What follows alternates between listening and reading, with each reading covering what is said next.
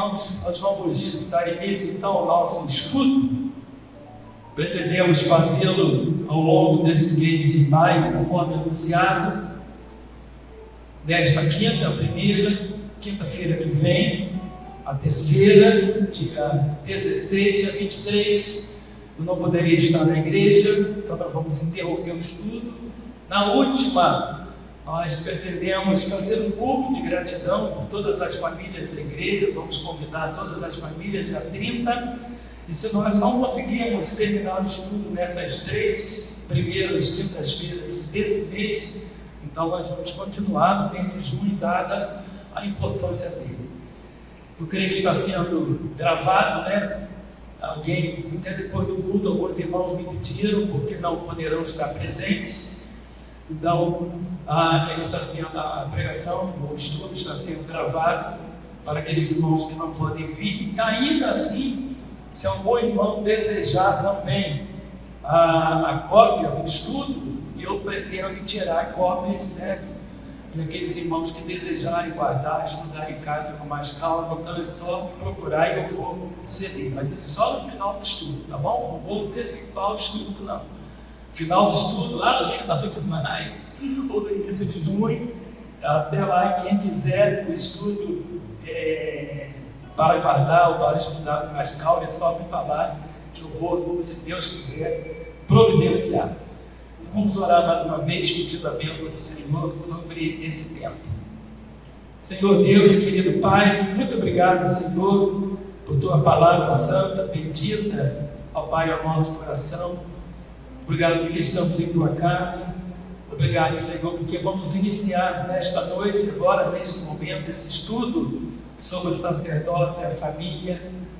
Que a Tua graça seja a nossa mente, a nossa oração, para entendermos a revelação da palavra do Senhor e crescermos no conhecimento da graça do Senhor Jesus Cristo, crescermos também em família, abençoa os casamentos da igreja, abençoa os nossos filhos, a relação pais e filhos, a relação filhos e pais, a relação entre irmãos de dentro de casa.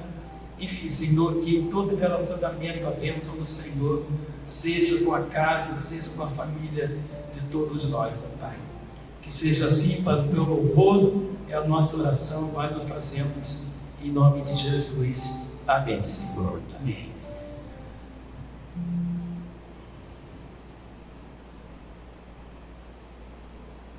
Irmãos, então o tema, o sacerdócio e a família. Nós entendemos que quando a Bíblia trata de sacerdócio, a palavra do Senhor, isso tem a ver, como nós vamos acompanhar ao longo do estudo, com a família que foi criada por Deus, idealizada pelo Senhor a partir de Adão e Eva, os nossos primeiros pais. Portanto, nós sabemos que a família não é a criação do homem, invenção do homem, do coração do homem, mas exatamente do coração do próprio Deus. O Senhor fez o primeiro casamento ao unir Adão e Eva, né? O primeiro homem que Ele criou, depois do homem, a primeira mulher, e daí nós temos então a criação, a existência e o desenvolvimento da família no mundo. Eu gostaria que os irmãos abrissem na primeira carta de Pedro, capítulo 2, verso 9. O irmão, o primeiro que achar, pode ler bem alto, para nós ouvirmos. Primeira carta de Pedro 2, 9.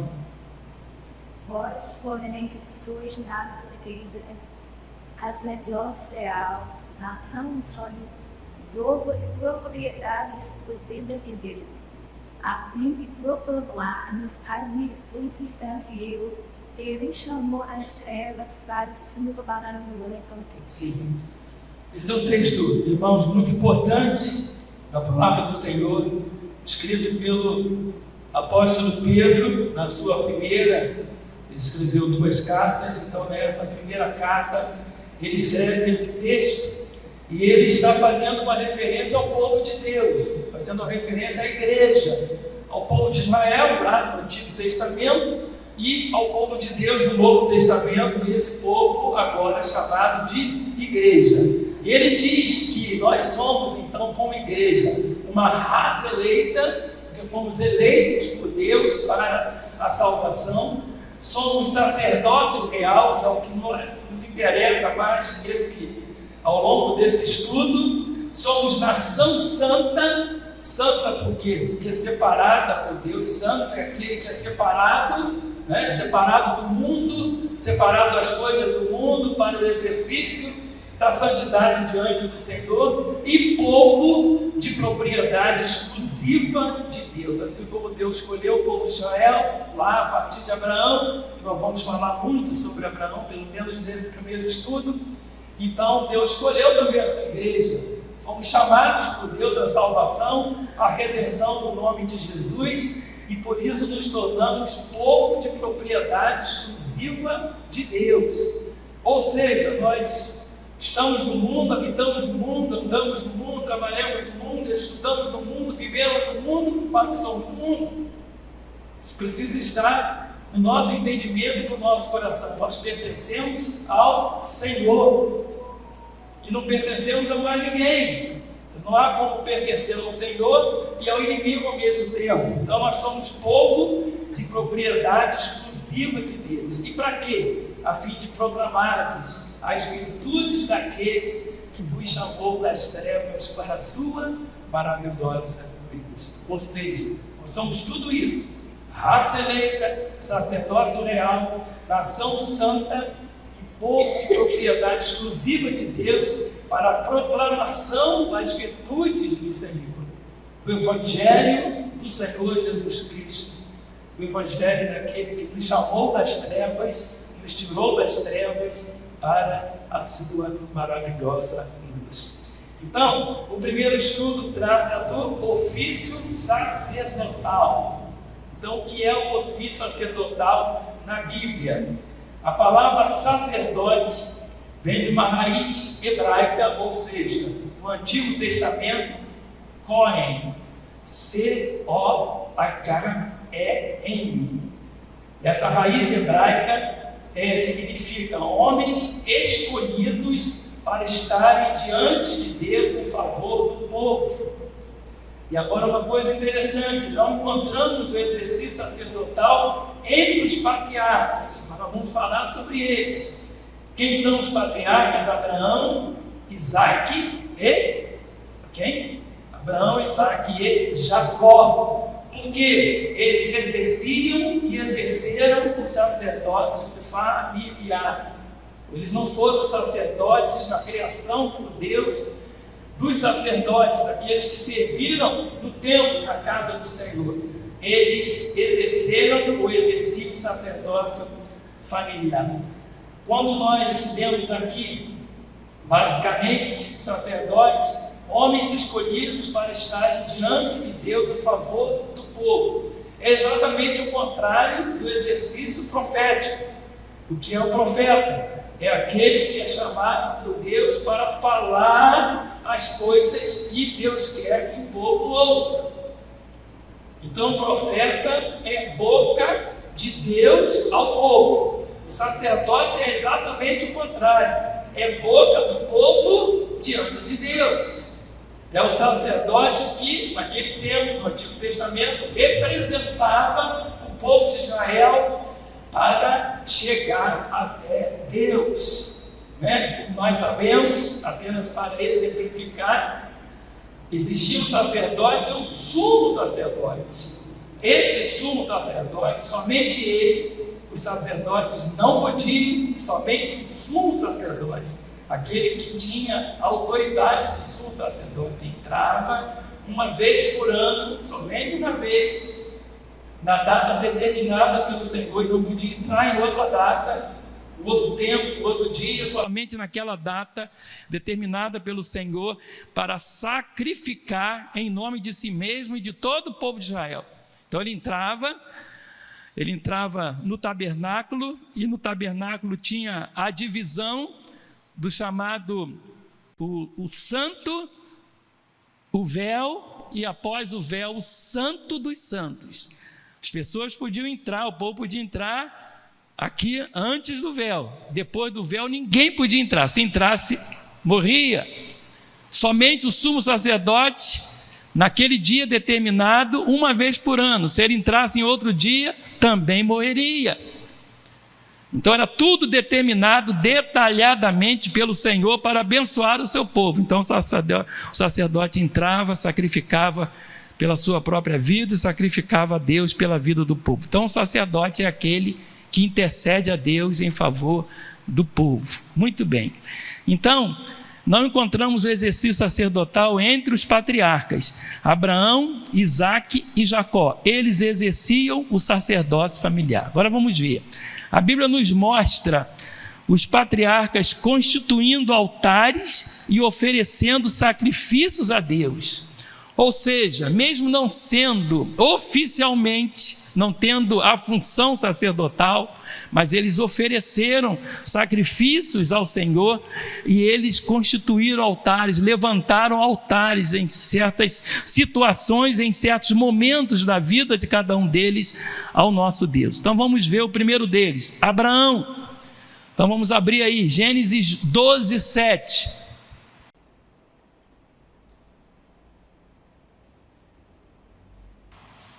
Esse é o primeiro patriarca, porque foi Abraão que Deus escolheu para ser o pai de todas as nações e o pai da nação israelita.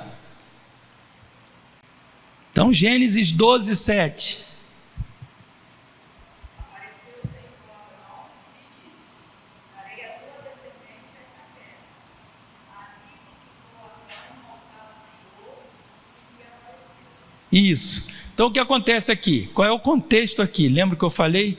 Quando nós estudamos a Bíblia, 3 princípios são importantes para o entendimento da palavra. Primeiro princípio, contexto. Segundo princípio, contexto. Terceiro princípio, contexto. É muito perigoso estudar a Bíblia, pegar um texto e tentar estudar aquele texto sozinho. A gente sempre vai cair em algum erro. Nós precisamos ver o contexto, o que vem antes e o que vem depois, para a compreensão exata da palavra de Deus. O contexto aqui é quando Deus aparece a Abraão, ele estava quieto, sossegado lá no canto dele, né? Em Ur dos Caldeus, e Deus o chama, e Deus diz: Abraão, eu estou te levantando, te vocacionando, te chamando para ser o pai do meu povo, da nação israelita. E você também será pai de todas as nações. E assim, Abraão, porque creu nesta palavra de Deus, creu no chamado de Deus, creu na vocação de Deus, ele foi constituído ou chamado de o pai da fé. E diz lá o texto que isso lhe foi imputado para a justiça. Abraão foi considerado justo perante o Senhor porque creu em situações completamente adversas, humanamente falando. Quando tudo humanamente dizia que não poderia acontecer, Deus disse a ele que iria acontecer, e de repente o outro não acreditaria, não creria, duvidaria da palavra de Deus, mas Abraão creu, como por exemplo, quando Deus disse a ele com 100 anos, que ele, ou próximo a 100 anos, que ele seria pai, e que a mãe seria Sara, com 90 anos, que não podia ter filhos. Ele creu, então creu contra a esperança, e foi considerado então o pai da fé. Então Abraão, diz o texto, edificou ali Abrão. Até então ele era chamado Abrão, depois que Deus mudou o nome dele, um pouquinho ali na frente, para Abraão. Ali edificou Abrão um altar ao Senhor que lhe aparecera. O que isso quer dizer, irmãos? No momento em que Deus chama Abrão para ser o pai da nação israelita, e essa nação seria formada de quê? De famílias, as famílias de Israel, pai, mãe, filhos, constituídos famílias perante o Senhor. Então, estas famílias que unidas, né, todas as famílias constituiriam o povo de Israel na sua totalidade. Então, no momento em que Abrão é chamado para ser o pai desta nação, ele levanta, edifica um altar ao Senhor. Então, Abraão faz isso, já na qualidade de sacerdote da família, que Abraão tinha sua família. Ele saiu com a sua casa, saiu com todos os seus bens lá de Ur dos Caldeus, sem saber exatamente para onde estava indo. É outro detalhe muito importante. desta história de Abraão com Deus. Deus o chamou, mas Deus disse: você sai, para onde você vai eu vou te mostrar. Ele também confiou nisso, teve fé nesta palavra do Senhor e saiu andando rumo ao lugar que Deus lhe mostraria. Muito bem, vamos ver outro texto, 13:18.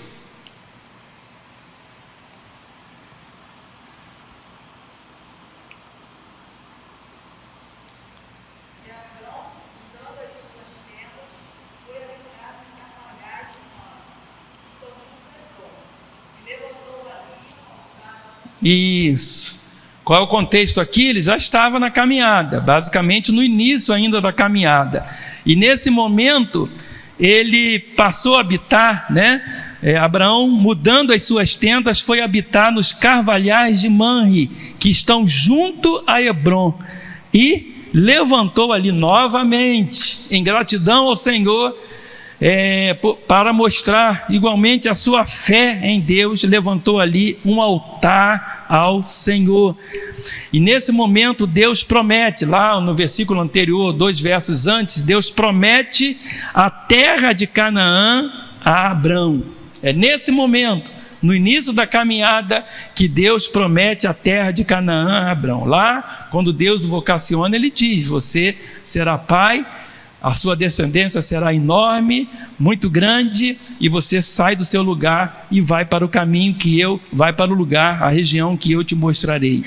Muito bem, vamos ver o terceiro texto aqui em relação a Abraão, Gênesis 22, de 12 a 14.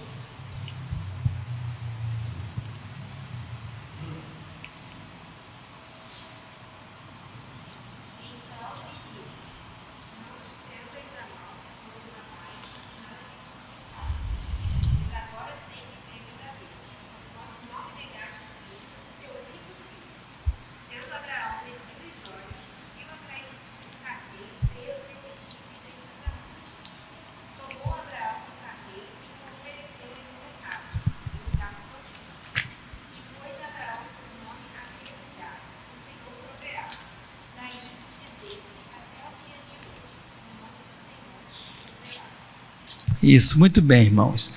Aqui nós temos o famoso texto e o título é exatamente esse, lá no início do capítulo 22 de Gênesis, o famoso texto quando Deus põe Abraão à prova. E eu creio que a maior prova que alguém na família, um pai, uma mãe, pode receber do Senhor, que é sacrificar o seu próprio filho, não é? Irmãos, por que Deus, e aqui tem toda a relação com a família, Porque Deus havia prometido Isaac a Abraão, filho da promessa, e o filho da promessa com Sara, a sua esposa, porque senão não seria o filho da promessa, teria que ser com ela, a sua esposa. Esse filho nasceu, Isaac nasceu, contra todos os argumentos humanos, ele nasceu por providência e pela manifestação do poder de Deus.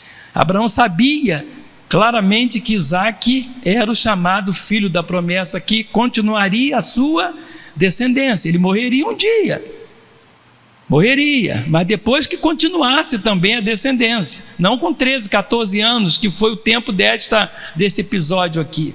E Deus então chama Abraão e fala: Abraão, Abraão. Abraão diz: eis-me aqui, Senhor. Olha a obediência de Abraão. Abraão sabia que era Deus que estava falando com ele. E Deus lhe disse: você pega o seu filho Isaac, arruma todo um sacrifício, um holocausto, enfim, e sacrifica Isaac, o filho da promessa, no lugar que eu vou te mostrar. Sai caminhando. Olha que Deus está sempre mandando Abraão caminhar para algum lugar, não é verdade? Ele já estava ali naquele lugar. Já estamos no capítulo 22 de Gênesis. A história de sair do lugar está no capítulo 12, 10 capítulos se passam, e agora Abraão é ordenado por Deus a sair daquele lugar, caminhar 3 dias. Segundo os estudiosos, esses 3 dias, eles representam, em termos de distância, 80 quilômetros de caminhada. 80 quilômetros. Não é uma caminhada curta, não é daqui ali na esquina. É uma caminhada de 80 quilômetros. Com Isaac do seu lado, com tudo preparado para sacrificar o seu filho, para obedecer à ordem do Senhor. Eu imagino que Abraão, nós podemos imaginar, teve todo o tempo para pensar naquilo que ele iria fazer, que ordem era aquela que Deus estava lhe dando, e de repente refutar a ordem de Deus, perguntar a Deus por quê, questionar Deus. Ele em tempo algum fez isto, ele simplesmente foi caminhando, até que a certa altura da caminhada, o próprio Isaac, olhando aquela situação, ele viu tudo preparado para o sacrifício, mas ele não viu o principal do sacrifício, que era quem seria sacrificado. E ele perguntou ao pai: pai, está tudo aqui pronto, mas e o sacrifício? E Abraão simplesmente lhe respondeu: filho, Deus proverá. Abraão confiava plenamente. Primeiro ensino, irmãos, ou um dos primeiros ensinos que recebemos nessa relação familiar é a confiança que nós precisamos ter em Deus. Total, absoluta confiança. E sabendo que é Deus quem está falando, nós precisamos obedecer. Agora, esse detalhe é importante. É saber que é Deus quem está falando. Se Abraão duvidasse que era Deus quem estava falando com ele, ou não era Deus, ele certamente não cumpriria aquela ordem. Mas ele tinha absoluta certeza de que era a voz de Deus, quando inicialmente simplesmente falou: Abraão, Abraão. Ele não tinha dúvida. E ao não ter dúvida, ele disse ao seu coração: eu vou obedecer, porque Deus há de prover. Deus sabe de todas as coisas. Ele é o filho da promessa. A descendência ainda está aqui. Mas como que ela vai continuar? Isaac não tinha filhos até então. Então Deus proverá. As ordens de Deus, irmãos, devem ser cumpridas por nossas famílias, pelo pai, pela mãe, pelo casal, no caso, pelos filhos, enfim. Mas nós precisamos ter absoluta convicção de que é Deus quem está falando conosco. Agora, eu quero dizer algo aqui, que é um sentimento do coração, isso não está na Bíblia, né? Eu creio que após esta prova a Abraão, Deus não vai pedir hoje a um pai ou uma mãe para que sacrifique o seu filho. Acho que nós podemos descansar sobre isso. Aquela foi uma situação absolutamente inédita, única. Deus precisava pôr à prova aquele dentre tantos que ele chamou para ser o patriarca, para ser o pai da nação dele, escolhida por ele. Era algo importantíssimo, sério demais. E ao escolher Abraão, Deus resolve pôr à prova o seu servo, mesmo que soubesse que ele iria fazer como Deus estava ordenando, mas ele precisava pôr Abraão à prova, não é? O ensino aqui não é se Deus vai fazer isso de novo. O ensino aqui é a absoluta confiança que nós devemos ter em Deus e a obediência irrestrita àquilo que Deus disser à nossa família. Por isso que é sempre muito bom que a família completa seja do Senhor. Marido, mulher, filho, filha, filhos, filhas, enfim, um filho só, uma filha só, não importa, mas a família toda salva, crente, porque aí esta obediência pode de uma forma mais clara estar presente na vida desta casa, na vida desta família.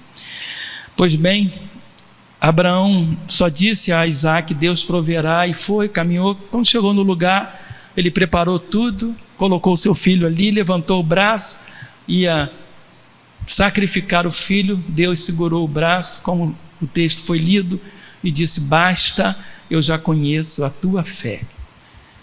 Daí Deus providenciou lá um animal. O sacrificado seria Isaac. Agora Isaac ficou de lado. Abraão pegou o animal, colocou lá no lugar do sacrifício, sacrificou. E aí essa história, irmãos, ela aponta para o Senhor Jesus. ela aponta para o sacrifício de Jesus por nós lá na cruz. E nós podemos dizer, Jesus morreu para a nossa salvação de uma forma individual, porque a salvação é individual.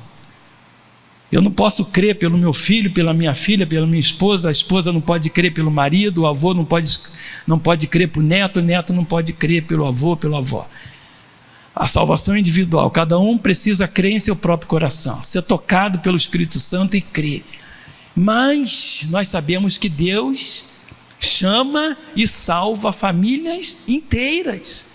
E há um caso muito clássico na Bíblia, que é a salvação lá daquele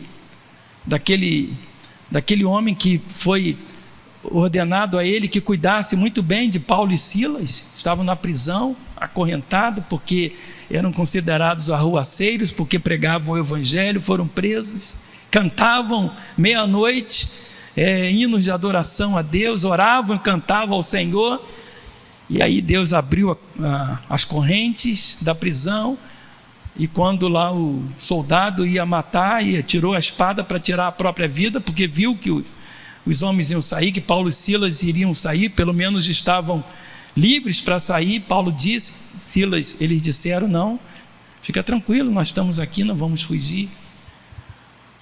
E ele então se interessou e disse, o que eu posso fazer para que seja salvo? E aí veio a resposta, crê no Senhor Jesus. E ali Deus disse, usando Paulo para isso e Silas, crê no Senhor Jesus, será salvo tu e tua casa. Não foi a família inteira salva assim como fosse um conjunto. Todos foram salvos individualmente, porque a família é salva individualmente. Todos nós somos salvos individualmente. Não há questão hereditária na salvação. Porque eu sou crente, porque Osileia é crente, Mateus seria crente e Carol seria crente automaticamente, porque é hereditário. Não há hereditariedade na salvação.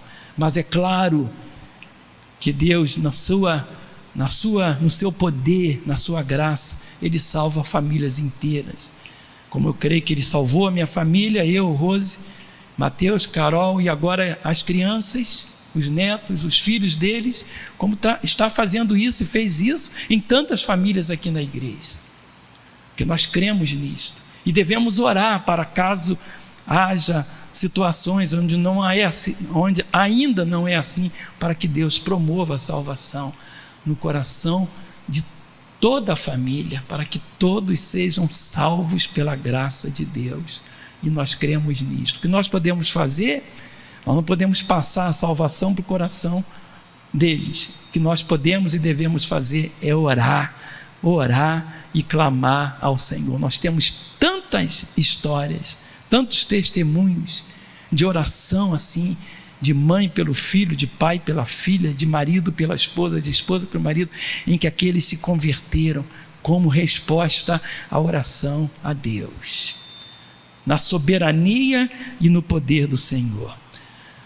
Amém, irmãos? Então nós devemos crer assim. Então, essa história de Abraão, a prova de Abraão aponta para Jesus. Aquele carneiro que foi, ou aquele animal que foi sacrificado no lugar de Isaac, nos diz que Isaac não foi sacrificado, mas que Jesus seria sacrificado como foi sacrificado para a nossa redenção. A história de Abraão, lembremos sempre disto, em Gênesis 22, ela aponta para o sacrifício de Jesus Cristo. Muito bem, vamos continuar. Agora Isaac. Vamos ler Gênesis 26, 25.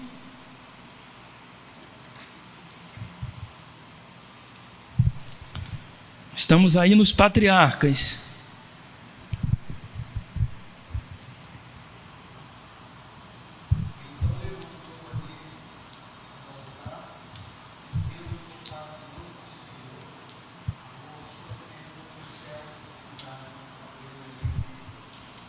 Isso. Novamente a expressão. Olha como os patriarcas levantam altares ao Senhor e também sacrificam ao Senhor, assim como os sacerdotes, não sendo sacerdotes, porque ali, nesses casos, eles são sacerdotes da própria família.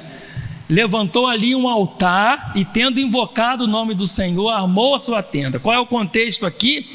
O contexto nos versos anteriores é que Deus aparece a Isaac lá em Beceba e lhe promete sua bênção e a sua descendência por amor a Abraão, servo de Deus. Então Deus aparece a Isaac antes que ele levante aqui esse altar e diz assim: Isaac, por amor a Abraão, teu pai, meu servo, eu abençoo a sua vida e a sua descendência. O que Deus estava dizendo? Está aí a continuidade da descendência. Eu prometi a Abraão abençoar a sua vida e a descendência dele. Você é parte desta descendência. E agora eu estou prometendo a você abençoar a sua vida e a sua descendência. E a descendência de Abraão, na escala, de patriarcas, seria Jacó. A princípio deveria ser quem? Esaú, porque era o primogênito. Mas tem toda aquela história, de Esaú, que estava com muita fome, chegou em casa com muita fome. Jacó sempre muito esperto, às vezes esperto demais, muito esperto. A esperteza de Jacó em muitas histórias da Bíblia, elas não são, essa esperteza não é exemplo para nós, tá? Nós temos que fazer a diferença aqui. E aí ele preparou lá um prato de lentilha, aquela coisa apetitosa, e ofereceu a Esaú em troca da primogenitura, porque ele sabia que a primogenitura lá entre o povo de Israel, ela tinha várias bênçãos. Esaú nem pensou nisso naquele momento. A fome foi maior do que qualquer pensamento, ele perdeu os sentidos e foi lá: não, eu troco, eu só quero comer. E comeu aquele prato gostoso de lentilha, mas perdeu a sua primogenitura. E Jacó então foi colocado como os patriarcas: Abraão, Isaque, Jacó. E aqui Isaque levanta então um altar ao Senhor, em gratidão ao Senhor, após receber do Senhor a palavra de que Deus o abençoaria, como abençoaria toda a sua descendência, no cumprimento da promessa de Deus de abençoar inicialmente Abraão e a sua descendência. Agora vamos a Jacó, Gênesis 46:1. Eu vou correr, irmãos, para ver se eu consigo pelo menos chegar aqui na metade desse primeiro ponto, tá? Primeiro estudo. Gênesis 40, que eu pretendo terminar 8 horas em ponto, tá bom? Um pouquinho antes para a gente orar e terminar a reunião 8 horas. Gênesis 46:1.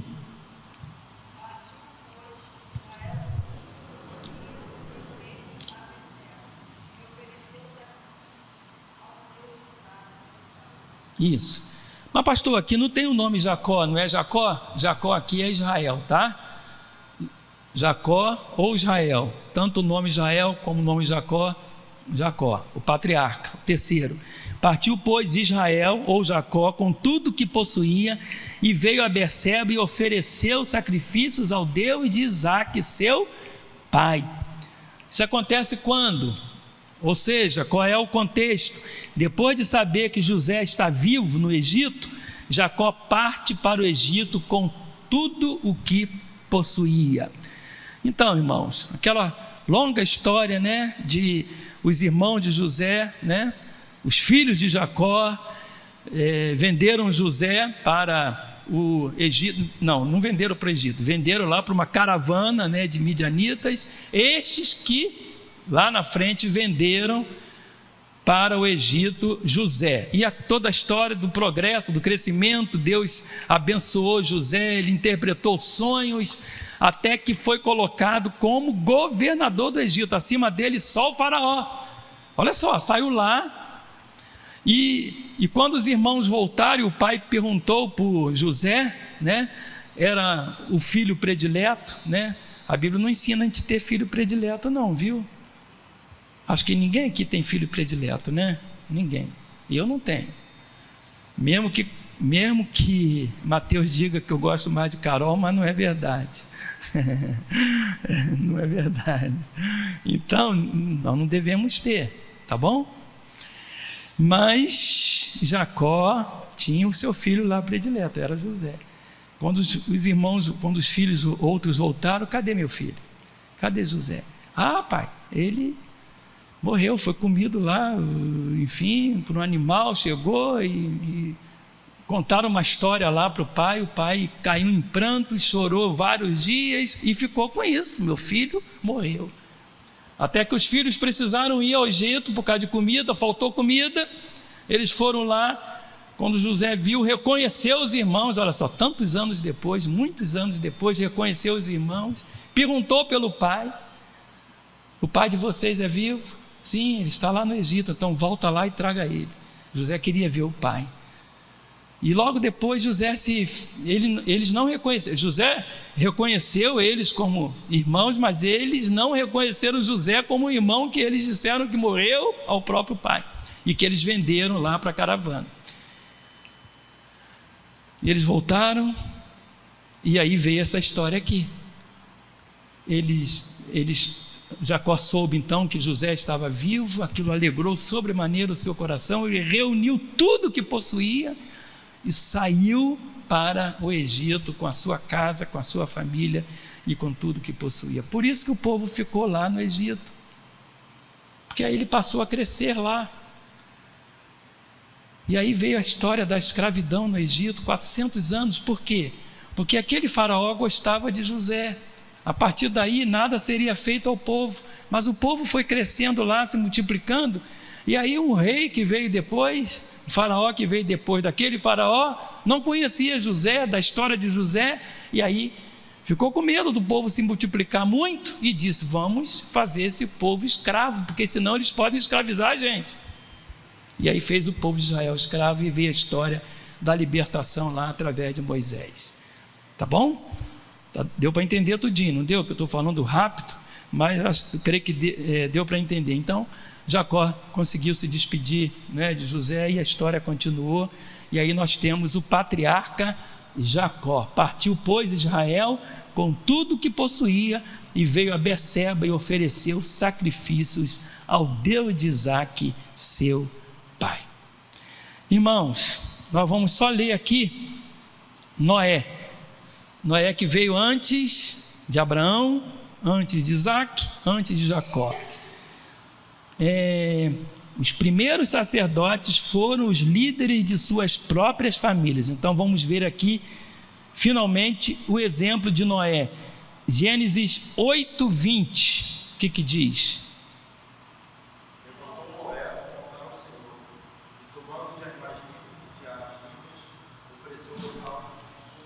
Isso, qual é o contexto aqui? Deus manda o dilúvio, né? Primeiro manda Noé construir lá a arca. Na realidade, se olharmos isso humanamente, uma ordem sem muito sentido, a princípio, no conceito humano, Deus nunca faz nada sem sentido, mas às vezes nós podemos imaginar isso. Humanamente, teria sido assim. Deus manda Noé fazer uma arca enorme. Deus já tinha um propósito no seu coração de destruir a terra, mandar o dilúvio veio, né, por causa da desobediência, do pecado, da imoralidade do homem que Deus havia criado.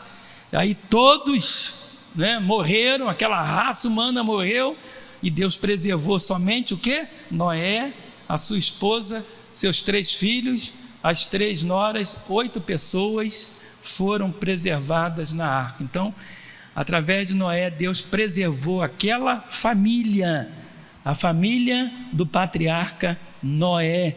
Então, os primeiros sacerdotes foram os líderes. Noé era líder daquela sua casa. Se ele não tivesse obedecido à voz de Deus, o que aconteceria?